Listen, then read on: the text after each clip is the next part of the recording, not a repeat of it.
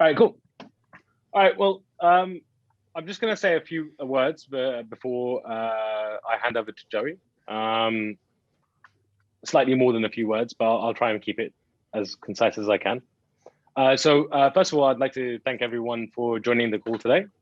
I'm very grateful that you guys took the time out of your day to join, and I hope the session proves to be useful. I'd like to just quickly start off by thanking the organizers of the workshop. So Neelam, are you there? No?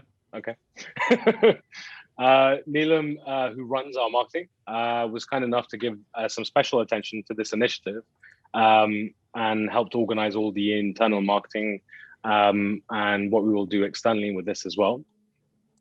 Also, thank you to Dalal. Most of you guys know him as the guy who organized your interview, but he does a great deal of work behind the scenes. And so I'd like to thank him for supporting this idea and helping us get prepared and doing all the communication. I think it's very important to give a quick shout out to Hamza for doing a lot of last minute design work so that we had some kind of like graphical theming for today. Finally, a big thank you to yourself, Joey, who, obviously you're running today's session, and you were kind enough to volunteer your time in assisting us with this initiative. And I hope that it will be a positive impact across the company and how we're thinking about things.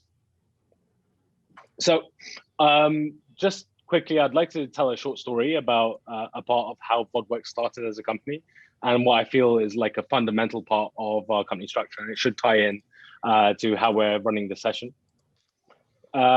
So when we set up our first development team in the company, I can genuinely say that I was short of any serious experience in management of people, full stop. So what I did was defer to something a bit more familiar to me, which is football. Begrudgingly for the Americans amongst us, I will say soccer. Jaffa, you know who you are. So some of the guys who have been with us for some time now will remember that I was reading books from Alex Ferguson. So he's the manager of, he was the manager of Manchester United, and that's also the club that I support. So on the side, I also read up on these philosophies from a current football manager who's called Pep Guardiola, and where he came from, which was Johan Cruyff, who was probably one of the best footballers that ever existed. He came from an era of Dutch football where they practiced something called total football. So the simple concept of this was that any outfield player was interchangeable in responsibilities on the football pitch.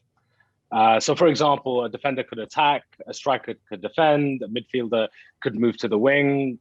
And the concept was whenever someone moved out of position, someone else was adaptable enough to move in to the other position that was left empty. And the key word there was adaptable. So I remember when we were building that first team, we tried to turn this into a philosophy as a company for Vodworks. So just to put it into context, as a software engineering company that you guys know that we are, we believe that a software engineer should potentially even be able to have, beyond the technical skills, commercial acumen, so that they could understand the whys behind requirements as opposed to just the whats. Now, some of you guys might remember back in the day when we created our first employee induction program, we referred to this as the cake analogy. And the cake analogy was understanding the whys behind we do things before understanding the whats. But it goes a little bit further than this for me. The concept was that any member of the team should be developed in a way where they gained a 360 perspective on things and the equivalent set of skills that went with it. So this would, from our side, like as management, this would include sharing experiences from different commercial opportunities that we were working on, explaining the different proof of concepts as an organization that we did, even things like the politics behind sales, the different engineering approaches, and again, the whys. But it would also include things like best practices, the QA perspective, project management strategies, and also sharing the international and cultural experiences that we as a company had, and not just to the people who experienced those who are traveling, but also to all the team members across the company. And we felt that was a good way to give knowledge and sharing of knowledge. Now, we haven't always been perfect at executing this. However, I feel like even today, after a good 6-7 years where I've been involved in the business, this is something which is still quite core to the culture of the company. And I think we have successfully continued to try and ensure that we give this opportunity and experience to everyone across the organization. So bringing it back to this webinar, one thing that probably is involved in this 360 perspective that we've overlooked in the past, and certainly has become a very important area in the last 12 months, is the concept of mental fitness. With all the COVID going on, it's become even more profound. So never in my professional experience has this been such an important subject. And when I say mental fitness, I don't just refer to the professional. I also am talking about like the personal side of things, given like a lot of us have been isolated or in self-isolation or quarantine and things like this, particularly those who travel. I won't say who that is. But mental fitness is something which is very close to my heart and something we as a company have been investing into in the recent past. And Sanya is here, and that includes supporting these apps which are focused on mental fitness, Happy Highlights. And today what we're trying to do is, they say that helping yourself starts at home. We're trying to expand this initiative through setting up this workshop today, and hopefully we'll have a good experience with it. Okay, so just to give it even more context, I wasn't planning to share this, but at roughly about 1:30 a.m. last night, I decided that maybe it would be something good to share. And I would say that there is someone in this group today within the company that inspired me through some of their own recent experiences and thoughts to share a little bit more with you guys. And I say thanks to that person for their thoughts on this and the conversation we had the other day. And thank you for the inspiration. You know who you are. You will know who you are in a second. They reminded me that the first part of the first kind of like path of mental fitness is awareness, then recognition, then acceptance, and then we can move into that phase where we can do some action. So some of you in the school are aware and have seen it, but most of you are not aware that I suffer from, suffer isn't necessarily the right word, but I experience quite severe anxiety attacks, and it's been with me for quite some time. And this can manifest several times over a day and can last several days or weeks even. One thing I've learned over the years whilst dealing with it is how important it is to deal with sabotaging thoughts. And this was something that will come up in the Joey's session today, and how those sabotaging thoughts can take us to a place where it creates like this negative energy. And there is a way in the process that we can do as internal people to kind of organize it or structure it in our heads in the correct way. So over the years, I have a lot more experience on it in a multitude of ways, working with a multitude of people, and it's a great deal more manageable.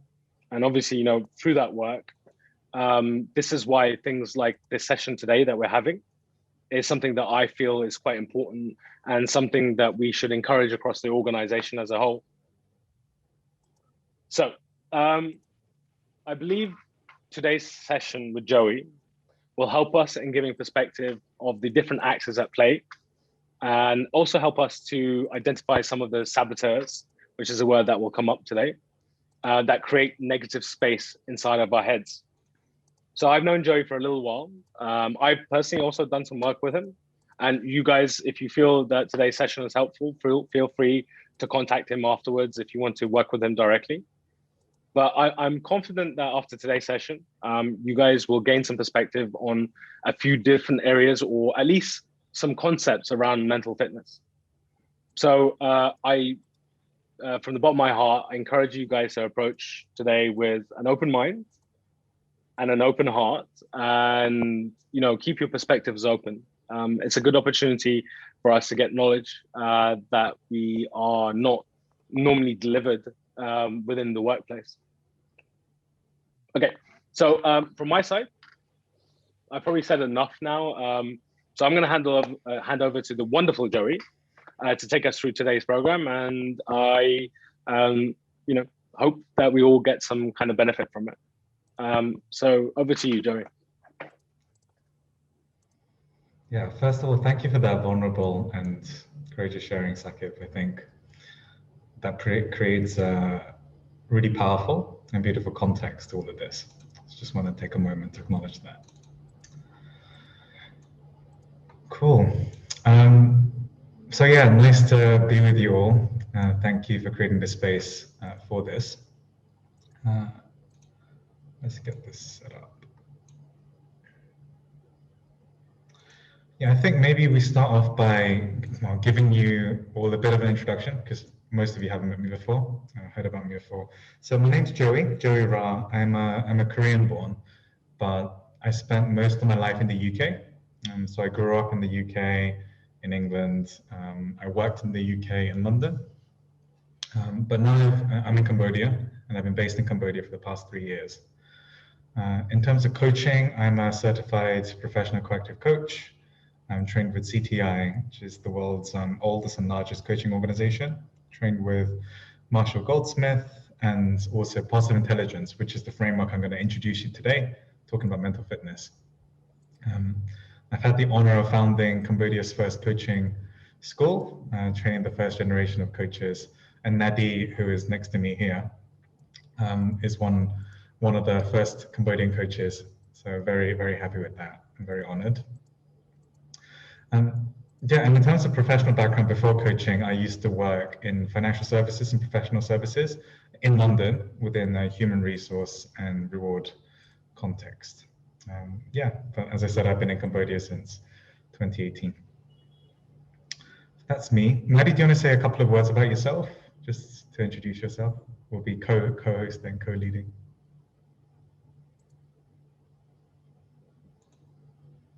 Hi everyone, I'm so happy to be here, and as Joey already introduced me, I'm working with Joey, and I was in the training that was led by Joey, and yes, I'm really happy, so we can continue. Yeah. Okay, thanks. So Nadi is the youngest trained professional coach in Cambodia now, and one of 10 coaches practicing here with us, so that's fantastic. Yeah, so really today, back to the agenda, we're speaking about this issue, how to master your mind. So if you've ever felt like you are not performing at your potential, if you're suffering from things like imposter syndrome or like fear of public speaking, if you get unfocused and distracted or restless, or if you're having like team conflicts or relationship issues, all of this, the cause of all of these issues is self-sabotage. And we're going to be looking at that in more detail. So self-sabotage by the default patterns that we have in our minds. And our minds are our greatest tool, no doubt. So the aim of today is to give you the tools so that you can master your mind, so that you can use your greatest tool, but have it stop sabotaging you, have it stop limiting you, so that you can be happier and more effective and finally reach your potential. And the aim is to improve your performance and happiness in all areas of your life, not just in your workplace, but also at home and with your friends. Yeah, so that's what I'm going to be sharing with you today. I think given the time, we'll skip, we'll skip this one. So I want to start off by showing you a couple of pictures. So this is a picture of one of the greatest football players currently and possibly of all time missing a penalty. why does Messi miss penalties? Well, on the right, a basketball player taking a free shot. Why do elite basketball players, who are the best at what they do, why do they miss free shots? They can shoot 3-pointers during the middle of a game when people are trying to get in their way, but when there's nobody in front of them, when it's the easiest shot in the world, why do they miss? Because It's they not have all the lights on themselves. Yeah, exactly. Exactly. It's nothing to do with their physical fitness or their technical ability. They have the ability to nail these 10 out of 10. But they're in the moment, the pressure's on them, everyone's looking at them, and then they have in their heads going, oh my God, if I miss, what if I miss? What's going to happen? People are going to hate me. The whole team is counting on me. I'm going to be such a failure if I miss. And then they choke. They let that moment get to them. So it's not physical fitness. It's not the ability or skills. We're talking about mental fitness. And we see similar things in relationships too. So this is still sports team, but let's talk about relationships. So sometimes you get on really well with your teammates. Other times you want to kill them. When you're at your best, when you and your team members are at your best, you get on really well and everything's cool. But sometimes maybe you have a bad morning or you're under stress, and so is your teammate, and then you're at each other's throats and you have this negative energy between you. Well, like, think about your personal life. So sometimes you argue with your partner or your friends or your romantic partner, and afterwards you're in the moment, you're getting in there, getting into the argument, and getting really riled up. But afterwards, the fight, when you calm down, you're like, who even was I? Like, why did I say that? I feel like a different person. And we're talking about similar things here. Being at your best and being at your worst. And sometimes there may be pressure and negativity around you, and that really affects you. And it stresses you out, makes you feel small, makes you feel scared, makes you feel angry. But other times, when you're at your best, the stress doesn't get to us, it just brushes off us. And now and things are good, right? Or maybe if you see some other people who negativity just seems to brush off them. Why is that? Why is that? And I just want to iterate, it's not about physical fitness, it's not about the skills, they don't have a certain know-how. Like much as if you're physically fit, you can climb up, you can run up a whole flight of stairs and not be out of breath, you're fine. But if you're physically unfit, you climb one set of stairs to your apartment and then you're out of breath and you're sweating. In the same way, when we are mentally fit, we can handle life's challenges. We can handle pressure when all the pressure's on us. We can handle it and we can perform at our best and be happy. When we're mentally unfit, when a bit of stress comes up, when a bit of challenge comes up in our lives, then we're more affected. And so there are these two characters that we're going to introduce today. We've got the saboteurs. When we talked about the negative voices that we hear, we're going to give a name to that. We're going to call them the saboteurs. This is the part of us, the part of our minds that take over when we're not at our best. But we also know that we have a different part of us. When Messi is just on form and, scoring goals like it's a piece of cake, he's in flow. He's accessing the wise part of himself.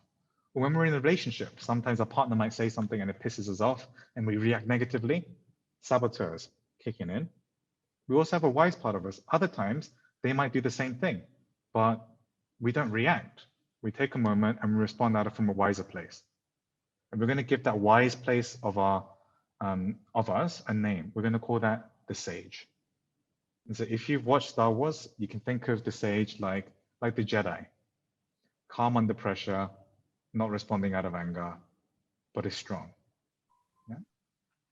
So we've got the saboteurs and the sage. These are two characters that we're going to introduce today.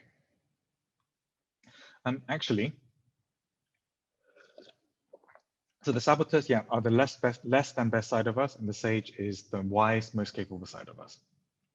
And actually, these are two distinct areas in our brains. let's get all of these up. So the saboteurs, these are distinct brain regions. So the saboteur lives in the brainstem, the limbic system, and parts of the left brain. So they're responsible for what's called survive functions. And the saboteur brain motivates you with negative energy and negative emotions, such as fear, stress, anger, guilt, shame, and insecurity. So it might be like, hey, you're no good at this. People are going to think you're rubbish, so you better put in the work. That is survival mode. That is the saboteur region of our brain. That's the saboteur thought. The sage brain is in a different area. So the middle prefrontal cortex, the empathy circuitry, and parts of the right brain. And the sage brain, it motivates you with positive energy and positive emotions, such as empathy, curiosity, creativity, passion, and purpose.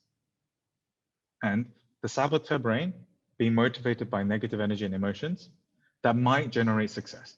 Like we see it. We see people motivating with negativity. Like if you don't do this, then you're going to, right? Well, for example, like the President Trump, he is very saboteur driven, but he is highly successful. But is he happy? When we tap into our sage brain, when we're motivated by positive energy and emotions, we can have the results, but have the highest results, but also have sustained happiness while we're doing it. So, I mean, just think about the emotions like fear, stress, anger, guilt, shame, insecurity.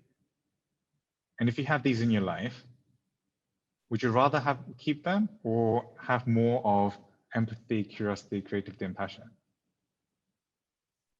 I know which one I want. And that's what we're going to introduce you today to help you build up the sage brain, activate the sage brain, tap into the sage brain, and less from the saboteur brain.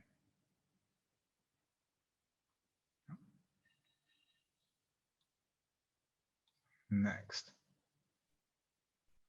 So yeah, and depending on how much you are using in your saboteur brain, how much your saboteur brain is driving your life versus how much your positive sage brain is driving, depending on that, really is the ratio is what determines how effective you are, how much of your potential is being reached.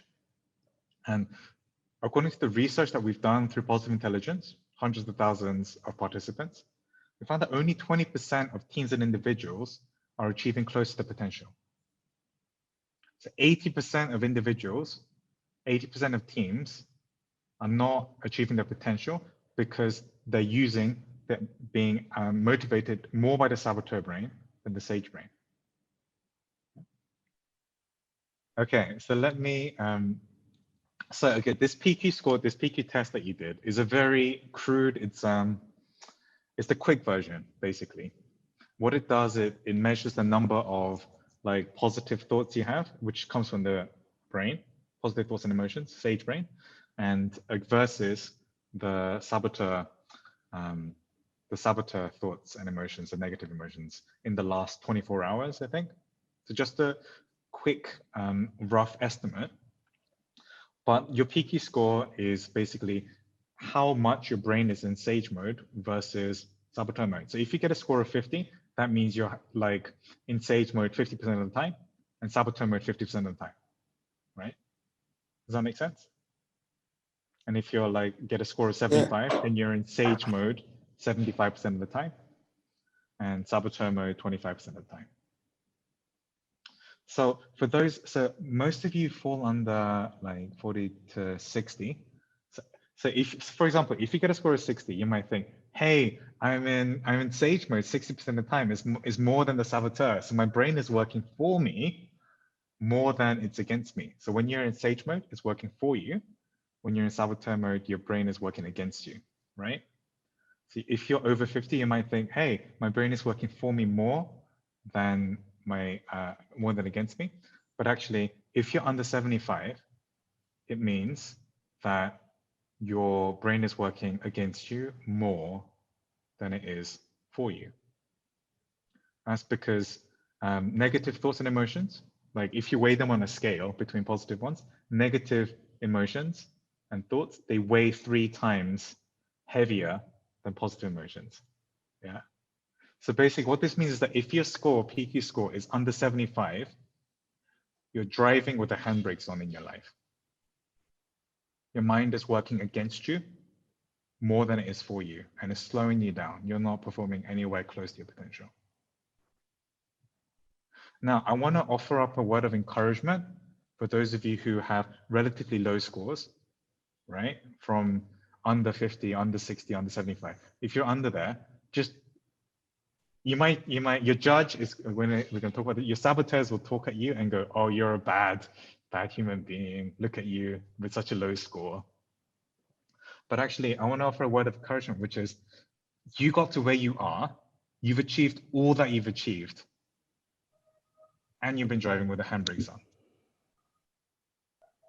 Imagine what life could be like if your brain starts working for you more than it is against you. If you learn to switch into Sage and get rid of your saboteurs, imagine how much more you could achieve, how much happier you could be. So that's where I would love to put your focus if you have a lower score. And for those of you above 75, that's great. Like, usually people with scores above 80, like you can share later between yourselves what score you got, but you can usually tell they have a bit of a glow around them. Everything seems to be easy with them, things to flow. And this is my wish for you to all have that and to have this effect on others.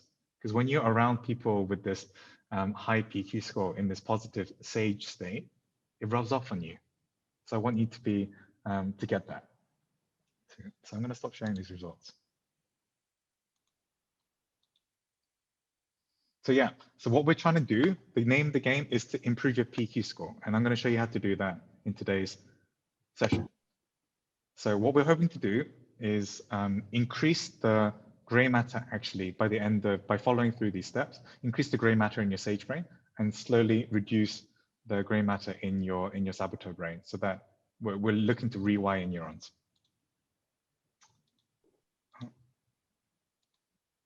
Yeah, and we want to define what mental fitness is because we have talked about it, but we haven't defined it yet.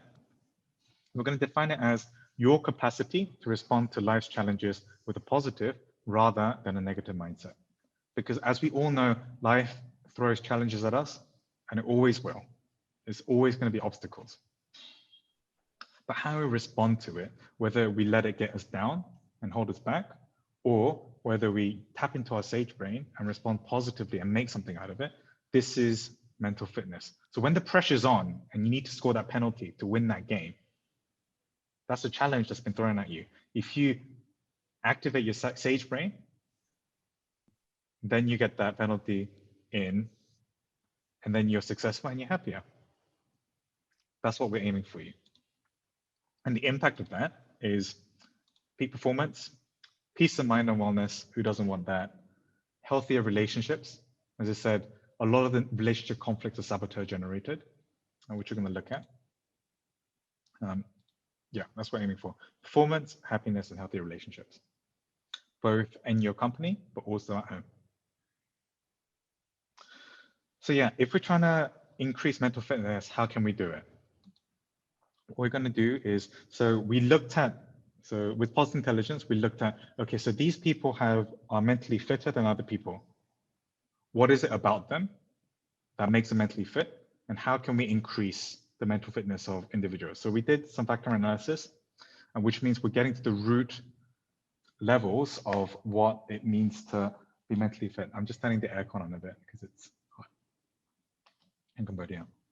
And we came up with this, that there's only 3 core muscles in our brain that are at the root of mental fitness. These are 1, the saboteur interceptor. So we talked about the saboteurs, what that is, the negative voices. This muscle is the muscle that intercepts, that gets in the way and blocks the saboteurs from taking over. That's 1 muscle. Second muscle is the Sage. So we're gonna build our muscle to intercept the saboteurs. We're gonna build up our Sage muscle. And finally, something called self-command. So we're gonna be looking at these 3 mental muscles in the rest of today's webinar. And what I wanna stress at this point is that for most of you, mental fitness is the limiting factor in your performance. It's the quickest way to improve performance. So I'm going to give the, because you guys are tech, analogy of this iPhone, right? So our brain is the hardware. Our brain is the iPhone itself. And you get all these, and all the trainings that you do, like how to manage stress, how to be well, you know, how to have good relationships, all these trainings and skills that you pick up, these are applications that you install on your phone.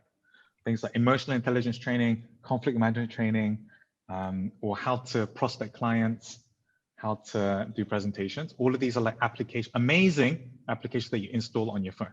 But if your iOS, if your operating system is faulty, if it has a bug, then the applications are not going to be able to work. So what we're trying to do is give you your operating system upgrade, so that increase your mental fitness, so that all your other applications, all the great things that you already have and learned and will continue to learn, will operate much more smoothly and at peak performance. But now I want to move on to introducing, again, the 3 core mental muscles. And by the way, I will share the slides with Sakib afterwards, so you'll have access to all of the, you don't have to be taking notes so much. We're going to be expanding, going through each of these 3 core mental muscles, what they are and what you can do to improve it. So we're going to start off with the first one, which is the saboteur interceptor, which is the muscle that recognizes and stops and blocks the saboteurs when they are controlling you.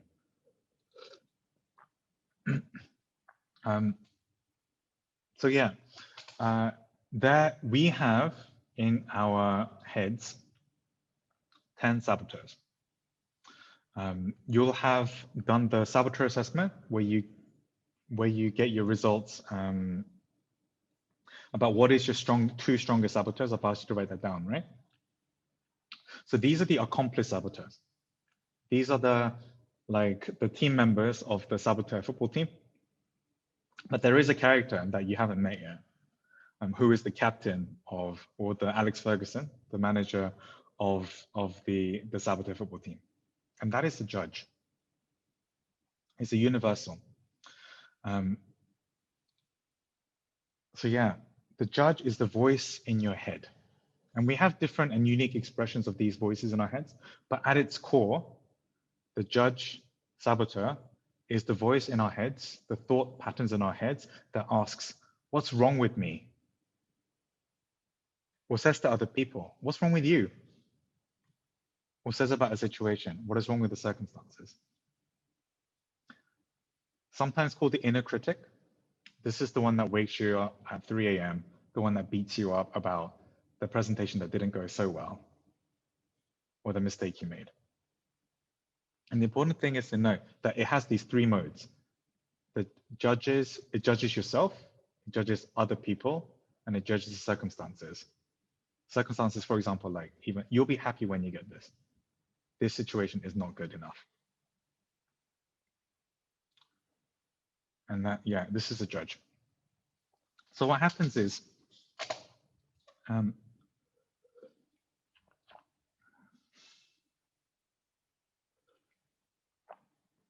yeah, so who recognizes this voice inside of themselves? The voice that judges yourself, others, and the circumstance. I see some smiles, yeah. Yeah. Yeah, we all have it. Thanks, raising the hands. So the judge is the master saboteur. So what happens is we encounter a situation or something happens, a challenge happens, and this judge kicks in and the judge goes, hey, what's wrong with you? Why can't you handle the situation? Or what's wrong with you for creating the situation? Or it can activate the second mode towards other people. What's wrong with them? Like, why are you driving like that? I do that a lot. Why are you driving like that? Why are you late for this meeting? What's wrong with you? Why are you so stupid? Or the situation, for example, like, oh, the train is late. And then they judge the situation as being bad. And it goes, oh, this situation is awful. 3 modes: judges yourself, others, or the situation. And what that does is once the judge is activated, it generates negative emotions inside you.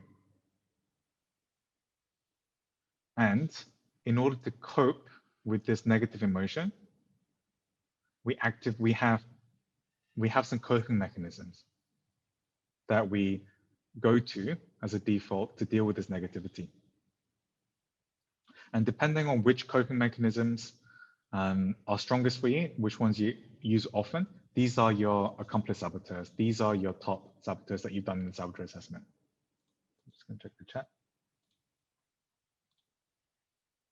So yeah, so just to recap, the judge judges yourself, others, or situation as being bad, generates some negative emotions, and in order to deal with the emotions, we activate these default coping mechanisms.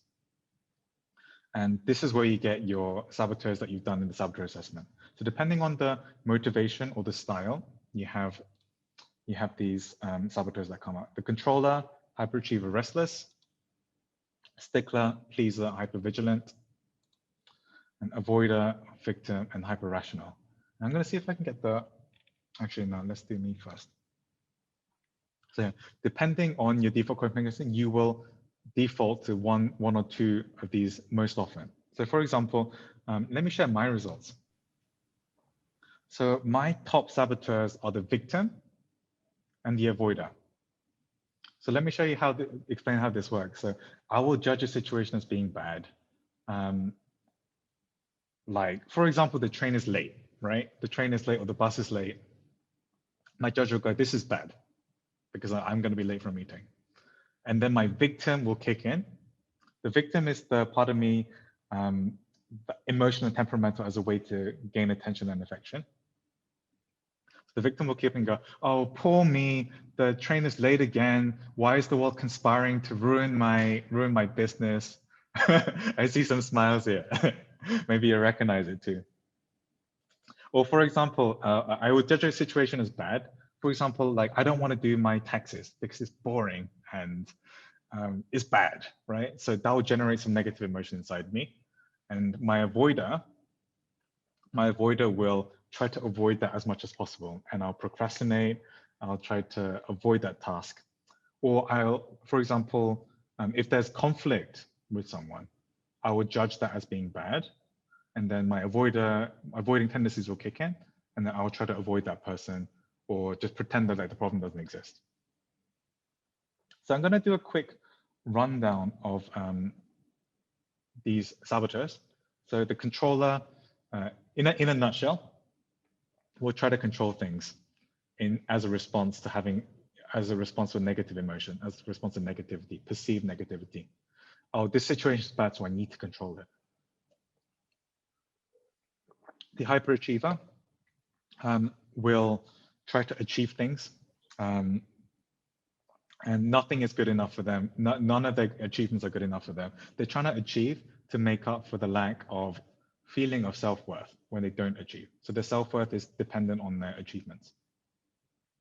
The restless is looking for things to do. So again, to avoid some negativity inside them, they're going to spend their time jumping from one conversation to another, jumping from one hobby to another. The stickler is the perfectionist. The pleaser is the one that tries to please others and ends up sacrificing their own happiness. Hypervigilant worries a lot, always on guard. The avoider avoids negative things. Victim plays the victim, and the hyperrational overuses the rational part of their minds. Saboteurs, all of these saboteurs, they are bad for you. And this is the framework that I want to encourage you to think about it. All these saboteurs are bad for you. And all these saboteurs, your top saboteurs, they arise from your greatest strength. What they do is they overuse it and they abuse it. So for example, with the controlling, you like to have things orderly, or maybe it's a stickler, or like hyperachiever is easiest. If you have a hyperachiever, what it's doing is hijacking your natural strength for achievement and raising the bar and having goals and going for it. This is a good quality. This is a sage-like quality. And the hyperachiever is when it's overused and abused. And with the hyperachiever, you know it's present because there are some negative emotions. You don't feel good with yourself and can't celebrate your achievements because you think it's not good enough. This is the hyperachiever. And we know from great research in positive psychology that you operate your best. Yeah, I'll come to you. You operate at your best when you are happy. People think you get happier when you achieve. That's not true. You achieve your best results when you're happy, without a shadow of a doubt. So this is what we want to bring back the power, your original gifts that you have. We want to take them back from the saboteur and say no to the negative emotions and the negativity of the saboteur. I need to control everything. I need to, with the stickler, like paying great attention to detail is a great trait and a great skill, fantastic attribute. When it becomes too much, it can cause you to focus on for example, if you have a partner who is trying to meet your needs. So my girlfriend also has a stickler saboteur. And for example, I'd clean the house, but then she'll be like, oh, but you didn't wash that cup. And I spent hours in putting the effort in. And what does that do to the relationship? It causes some, negativity, right? And so we want to honor your sage-like strength, but leave out all the negative behind it. So this second muscle, so the first muscle is the saboteur interceptor, which is recognizing it and labeling. The second muscle is called the self-command. And what does that mean? So we think we control our minds, but actually it's not really true. Our brains control us, because if we controlled our brains, we wouldn't be up at night thinking about all these things when we're trying to sleep. So the self-command muscle is a muscle that we can train to bring our focus to what we want. Yeah, and I'll show you how all these muscles work together to form a movement. But for now, the self-command is the muscle that helps us command our minds and direct its focus on the things that we want. How do we train it? How do we train this muscle? It's better practiced, better demonstrated than explained. So I'm going to ask you, let me just take a moment and bring your thumb and your middle finger together. And just letting go of any thoughts you're having. Just rub them with such attention that you can feel the ridges of your fingertips.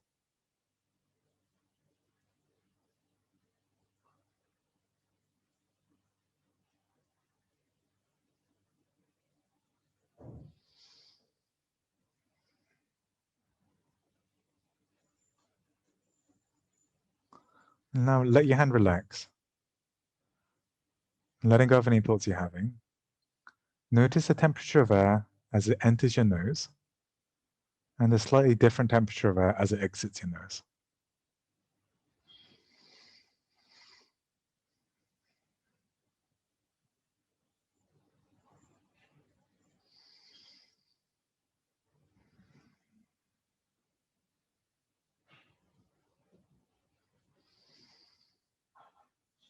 And if you find yourself drifting away in thought, just let that thought go and bring your attention back to the temperature of air.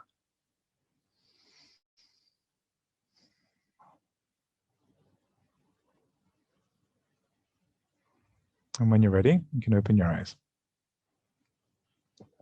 and come back to the room.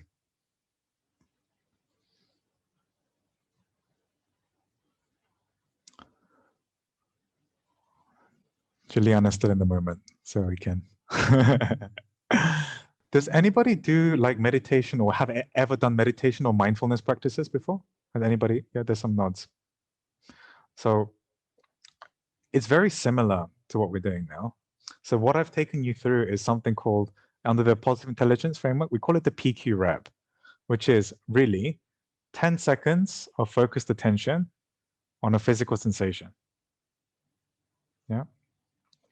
And it was a very short one, but I also did a longer one after we did the judge embodiment to bring you back from that negativity, to let go of that negativity a bit. So hopefully you all felt that after we did, the breathing and the feeling the toes, you felt less negative a bit less. It was quite short, but hopefully you felt that.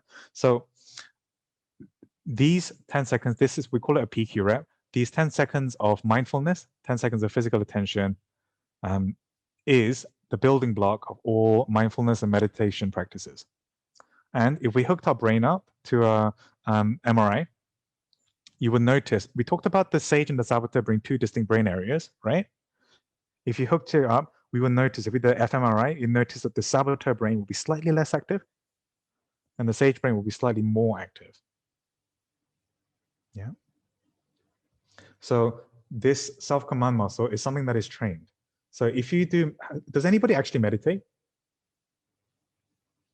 No, kind of. Sanya, when do you meditate usually and where? When and where? Hey Joey. So I used to do it a lot on my way to work actually, when I would like be commuting, which is a strange place, but I would be on the train and I'd have my headphones on. Now I'm finding less so, but normally I try in the mornings. So yeah, and I use this app to kind of help me because my mind otherwise goes all over the place. So yeah. Exactly. Amazing. Is the app Happy Highlights by any chance? No, that was a nice advert. No, there's actually an advert for Headspace because it's Headspace. Yeah. Yeah. So this is the thing. So meditation, all mindfulness practices are great for training the self-command muscle because it is, your minds are going everywhere and all these practices is training that muscle to bring that thought back to the present moment, away from the saboteur to whatever you wanted to focus on. One of the improvements that we can make to that whole process is normally people meditate in like calm places, like in meditation centers or yoga places or at home, morning and nighttime usually. But when do we usually get hijacked by saboteurs? We get hijacked at home too, but usually it's during the day when we're at work, when there's all of these things flying at us. So the thing we can do to take that, great practice of meditation further, or if you don't meditate, like just 1 or 2 minutes of focused attention on something physical, but spread out throughout the day. This is going to help train your brains to be more immune to hijacking and to recover faster when you're hijacked by saboteurs. When you're feeling this negative emotion, when you notice yourself in judgment and label it, to do a couple of minutes of just breathing or feel your toes or notice the color of your partner's eyes when you're having dinner. And then you'll notice yourself shifting away from saboteur orientation into sage. So that's the second muscle, the self-command.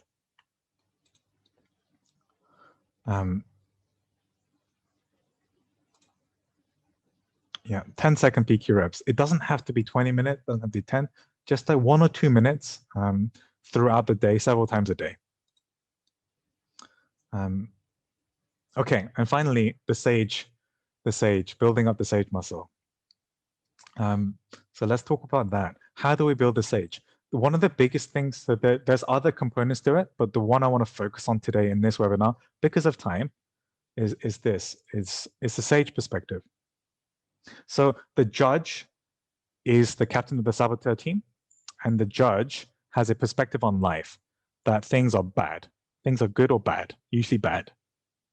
The sage, which is the character that we want to tap into more, has a perspective when life throws challenges at us. The sage perspective is that every outcome or circumstance can be converted into a gift or opportunity. And the key word here is converted, by the way. So when life throws at us, we're not saying just pretend everything is good. The sage perspective asks, how can I turn this challenge into a gift and opportunity? So the judge perspective that everything is bad, and the sage perspective is everything can turn into a gift. And so when we take the sage perspective, then we activate the region of our brain, the sage brain, associated with the positive emotions, peace and calm, clear-headed focus, creativity, and big picture. So let me give an example of the sage perspective. So one of my trainee, like the coaches that graduated from my coaching school, when COVID hit, she was a manager in a organization. They had to cut people because there was less money from tourism, right? But she decided to save their jobs and just say, actually, don't get rid of them. I'm going to take redundancy, keep them on. Now, the judge, what they will do is the judge could go, hey, crap, global economic crisis. I don't know when this is going to be over. I just lost my good paying job and I have no income. This is bad. You're so stupid for doing this. Or playing the victim, like, oh, you know, why is this happening to me? What she did though was she took the opportunity to actually pursue something that really lit her up.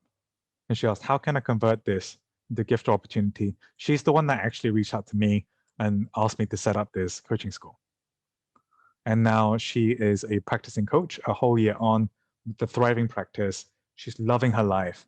And she just landed another amazing, stupidly high paying job, working for someone she absolutely is inspired by. And so this is the power of the sage perspective. When the judge will judge a situation as bad, generate negative emotions, and get you into survival mode, which is not an area of creativity. The sage perspective is asking, how can this be converted into a gift or opportunity? And the key is this. So which perspective is true? The judge, this is bad, or sage, this can be converted into a gift. And the answer is whichever you believe becomes true. It's a self-fulfilling prophecy.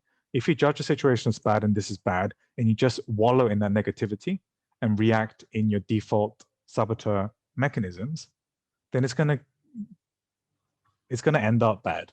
Yes, COVID is bad, and we just focus on the bad. We're not gonna do anything about it, and we're gonna be miserable. When we ask, how can this be converted into a gift? Then we can derive some gifts from it. And so how do we actually apply this? And so I'm gonna ask you, I'm gonna teach you the 3 gifts technique.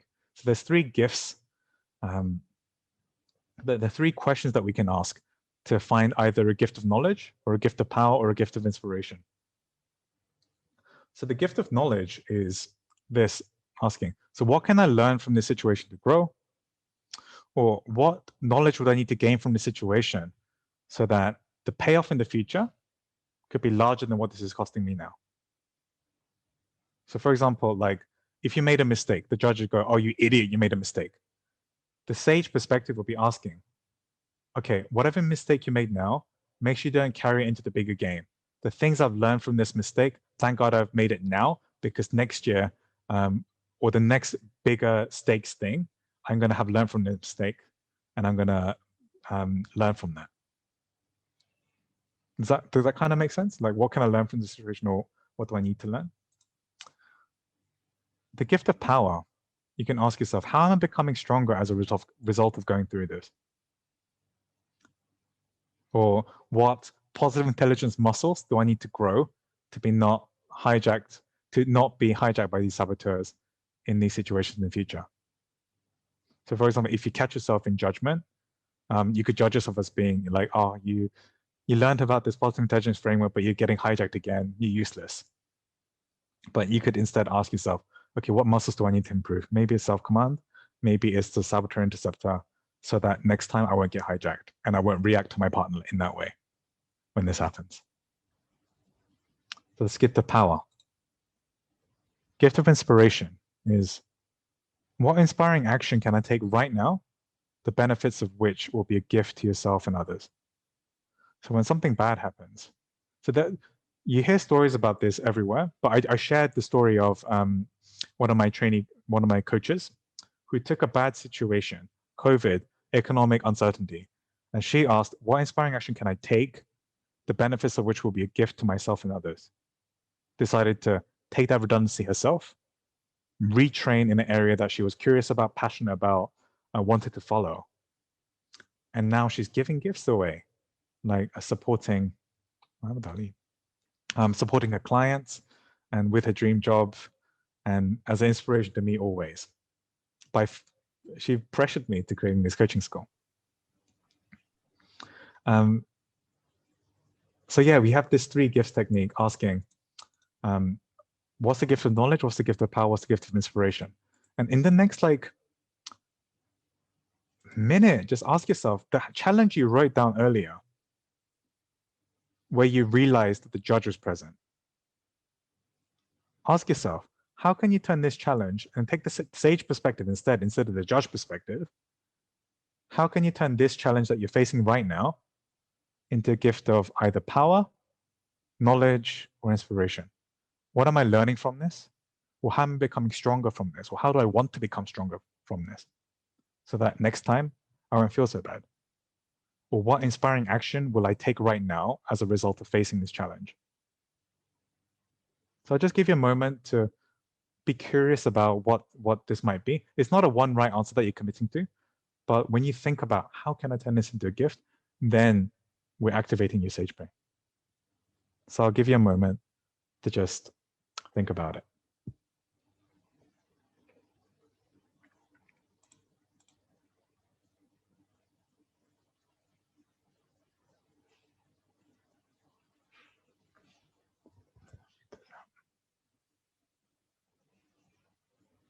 What do you think? Alexander says, each circumstances could be converted as experience.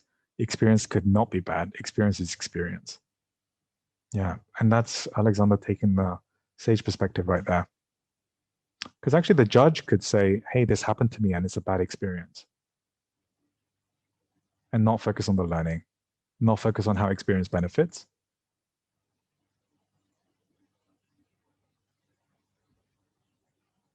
Cool. Just give you a few more seconds. And the invitation would be for you to continue this exploration after the webinar. If you take it forward. Okay, so what I want to do now in the next 5 minutes or so is to bring all of that together. And I know it's just the introduction. We've gone quite quickly through the whole model. It's not to come out stronger yet. How we bring all these three muscles together to generate your results, generate peak performance and happiness. So there's two things that I'm going to introduce. So we're going to start off at the bottom, actually. Prevention. How do you prevent yourself from getting hijacked by these saboteurs? How do you increase the likelihood that you're going to be in sage mode more often? Right at the bottom, daily PQ reps. What is this? 3 PQ a day. Sorry, that's a mistake. So do PQ reps, do moments of mindfulness, like 2 minutes of mindfulness, like 5 times a day. That's 10 minutes or so, right? But spread out during the day. That's the prevention. When you take 2 minutes of just breathing, feeling your fingertips throughout the day, you're going to feel much calmer. The saboteur brain is going to be quietened. Your sage brain is going to be a bit more activated. So that's the prevention. And you're going to be more practiced at being able to, pull yourself back from hijack into sage mode. So that's the prevention. Very simple. The treatment. So when you feel negative energy, just stop. Don't react, don't respond, don't do anything. When you feel negative energy, just pause, stop. And like we did earlier, notice where the judge is present and notice where the saboteur is present. When you're feeling negativity, the judge is going to be present and the saboteur is going to be present. So that's one. Oh, by the way, I want to put a caveat in. The only caveat to negative energy and the saboteur is when you're grieving, when you're mourning. So grieving and mourning are sage emotions. It might feel negative because it's painful, but grieving and mourning are sage emotions that we want to encourage. So when you feel sad about the fact that, hey, I can't travel anymore and meet loved ones, this is not saboteurs coming in. This is not the judge. This is pure mourning. Yeah, so it's good to make space for this. We're not saying just be positive. Yeah, but when you feel negatively, pause and recognize the judge and the saboteur. Number 2, do PQ reps. So when you're feeling negative and you catch it, hey, that's my judge calling this guy an idiot for driving like an idiot. Then I catch it, I label it as a judge, and then I just take a couple of breaths. Just 10 seconds, maybe 20 seconds, just focusing on the breath and just letting go of the thoughts. And then 3, assume the sage perspective that every problem can be converted into a gift and opportunity. I ask myself, okay, how can I turn this into a gift? And this is opening up possibilities. And then step 4 is to generate the gift. So for example, it could be, okay, I need to do more PQ reps because I'm obviously being very reactive. I live in Phnom Penh, all the drivers are like bad, and I'm just going to be hijacked by the negative emotions all the time. So in order to not be hijacked, I'm going to grow my, self-command. I'm going to do more PQ reps in a day. And how do I generate the gift using Sage Powers? So whenever you do anything that involves empathy, we didn't have a time to touch this, to go deeper in this today, but whenever you do any of these things, empathy, curiosity, creativity, or taking calm-headed action, or when you look for things that are meaningful, when you talk about values, what is really meaningful for you in your life, when you think about these things will live in the sage brain. So this is activating the sage brain. And what you do is you generate that gift that you wanted to generate using your powers, the sage powers of empathy, curiosity, creativity, and calm, clear action. So for my friend Sakunta, who is trained as a coach now, it was empathy with her staff, empathy with herself, empathy with the staff, like, hey, they're gonna suffer more, so I'm gonna take the hit. Empathy with herself, hey, I'm doing the right thing, I'm gonna pursue what I want. And creativity, okay, what can I do in this situation? And then taking calm, clear action by reaching out to me and being persistent and telling me to start this coaching school. This is how she generated the gift and took action. So these are the 5 steps to take when you are hijacked by the saboteurs. Does that kind of make sense? Yeah. Okay, so you've now I've been giving you the brief introduction to the model, the theory behind it. So really 15 minutes a day for 6 to 8 weeks of doing these PQ reps, 15 minutes a day, and doing the treatments. That's when you get hijacked. When you do this, you're going to see lasting changes in your brain. So what we're talking about is neuronal rewiring. So we've given you the insight, which is the bit in green, but actually lasting positive change requires 20% insight, which you now have, but 80% muscle building. So what I'm encouraging is take what you've learned and actually apply it. Because what we're trying to do is you have a neuronal pathway. You have these saboteurs because, as I said, saboteurs come from your greatest gift, greatest strengths, and it's used and overused. You spend your whole life doing this default loop in your brain, automatic reaction to this negative energy. We are trying to set up a new neural pathway, a new way to respond. When you feel negative, don't go to your default mechanism, but try something else, right? By doing these PQ reps. To undo your whole lifetime's worth of like neuronal wiring, it's going to take some time. It doesn't happen overnight. But the encouraging thing is you can see lasting change with 6 to 8 weeks of consistent practice. So that'll be the encouragement to 15 minutes of PQ reps a day, 15 minutes spread out during the day of moments of mindfulness, and following these treatment steps when you feel negative, and learn to recognize your saboteur, take the sage perspective, and do PQ reps. Within 6 to 8 weeks, you will see lasting changes. Maddie's experienced it, I've experienced it, and it really, our lives have been changed by it. And this is the thing that I take my clients through, take people through a whole 7-week program to hold them through a step-by-step process using a dedicated app. Like if you're interested in that, reach out to me. I'm not actively recruiting, but if you are interested in finding out more about a course that will help you do that, just reach out to me or ask Sakib afterwards. But so I'm going to skip over that, but I want to leave you with, as I said, I'm going to hand you these slides at the end of the webinar. The gift is this. First gift is the examples of PQ reps that you can do to ground yourself, to build that self-command muscle. Rubbing 2 fingertips together, placing your hand on your heart and feeling your heartbeat. Notice the rising and falling of your chest or stomach as you breathe in and out. Finding your toes, or even just listening to the sound of your breath, or being very conscious of the texture and taste of the food or drink. All these things are examples of easy PQ reps that you can apply during your day in order to build that self-command muscle. So that's gift one. Gift two is, along with the deck, I'm going to give through Sakib the whole saboteur profile that I created, sourced from Positive Intelligence, about the avoider, controller, rest, all the other saboteurs, the profile, their original sage strength, their characteristics, thoughts, feelings, lies, and the impact, so that you get better at recognizing them when they appear. And as we close, I just want to say one sentence, a little bit about why this is so important to me. We live in a saboteur-driven world. We live in a saboteur-driven world. Children are raised in negativity, in judgment and shame. 35% of women worldwide experience physical or sexual intimate violence.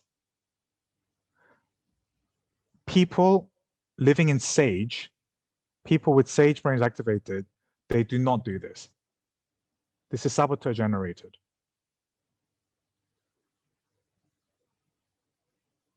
Wars are caused by saboteurs. All conflicts arise from saboteurs.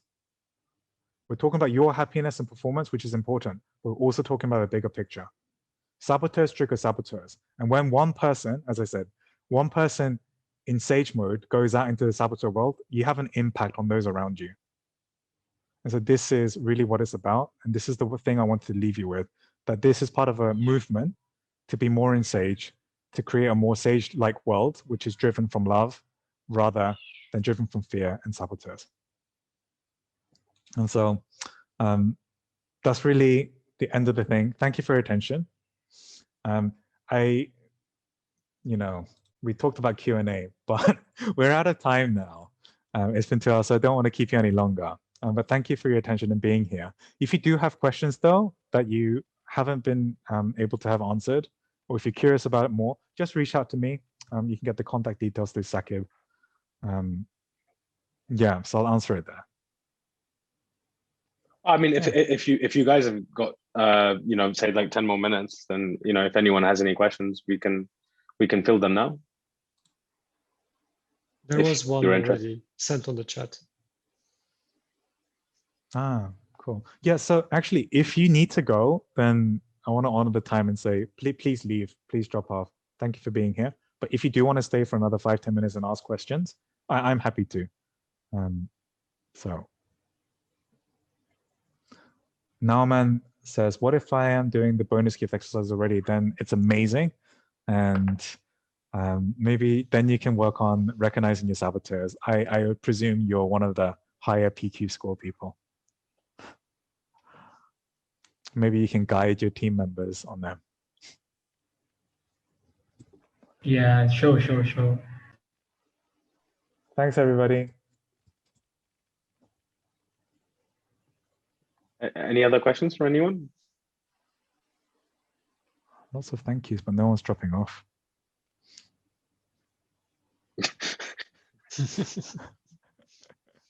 Thank you. It's always the famous thing, isn't it? Nobody wants to ask questions. I know. Actually, when you think about what you're grateful for as well, and why you're grateful for it, that's another SAGE activity. Very good SAGE activity. I think Timur is now just copying and pasting.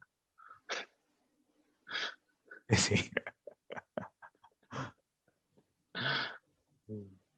Someone has a question. Yeah. So I noted a couple of points during this discussion, but I'd keep it to only one question that we discussed about negative thinking and a negative perspective and a positive perspective approaches. What I struggle with is identifying or differentiate between being critical or being negative. So can you please elaborate this thing that what do you think is the difference between critical and being negative, and like how it can affect our thought process and our approach towards these situations. 100%. Awesome. And Samuel, what's your occupation, by the way? What's your role in the company? I'm a project manager. Oh, project manager. Okay, so attention to detail must be important, right? Yeah, and being in control. So the question was, how do you differentiate from being negative and being like critical and recognizing? Yeah, right. And so there's a different mode. Oh, have you watched Star Wars? No. Samuel? No. Okay, fine. Different thing. So the key is whether you feel negative about it or not. So you notice a mistake in a spreadsheet, or that people aren't meeting their deadlines, and if you feel negative, if you feel like, negative emotions, wherever you feel it, then you know the judge is present. When you recognize, hey, we're falling behind on the schedule, we need to meet deadlines, we need to speed things up, we need to get a control of this, and you don't feel the negative emotion, you don't feel the negativity, then that is the sage way of using your strengths. And can you see how operating out of that calm, clear-headed decisiveness is a better way that will give you better results than coming out from, oh my God, this is going wrong and this is bad. Like, how can you fuck this up? Sorry, I don't know. How can you mess this up? If you come out from that negativity, you can see what impact that will have. You may motivate your staff to do something and get the result, but longer term is not going to yield the highest results. So the key is the negative emotion. So recognizing something as an obstacle, a challenge, hey, we need to sort this out. That's without judgment, without blaming. It's just discernment, knowing that something needs to be fixed, knowing that something can be better. Same with the achieving, right? Knowing that I want to achieve better than I am now, but not feeling negative about it. Hey, next year I just want to double my achievements. That's a good place. It's a sage place. But coming from, oh, why can't I have that already? Like, if I had that, then I'll be worthy. And feeling negative and not as worthy right now and not being content with it where you are, that's the saboteur orientation. Does that help a bit? Yeah. Yeah, cool. Thank you. That's a good question, actually. It's an important point. I have also one more question. Yes, how to cope with fear of doing wrong or fear of mistake? Yeah. Yeah. So how to cope with it? Yeah. Make as many mistakes as you can, and you will make peace with that. Yeah. So actually, another way to put this positive intelligence, like saboteur and sage, we talked about survive and thrive, right? Another way to think about it is, if there is fear present, you know that there's a saboteur present. So how you deal with it is in the same way. Oh. Like, for example, I get nervous doing public speaking. I do. I do. You may not believe me, but I do. I get so nervous. Before I do any workshop, before I go and give any speech, any talk, I do like 10, 15 minutes of PQ reps to calm my saboteur brain down. Okay.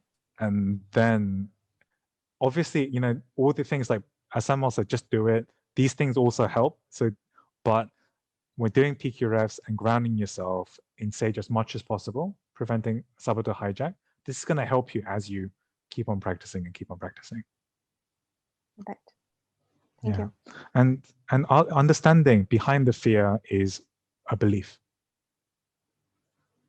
If I fail at this, then I'm not worthy. I'm bad. I'm worthless. People are going to judge me. So identifying that, like what is behind that fear, what is the beliefs and the thoughts behind it, and linking that to the saboteurs, labeling it, and then PQ reps and try to find what is the gift in this. Thank you. Empathize with yourself. Thank you.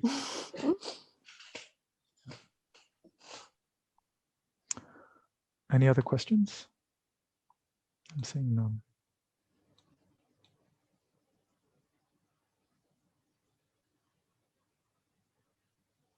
Good.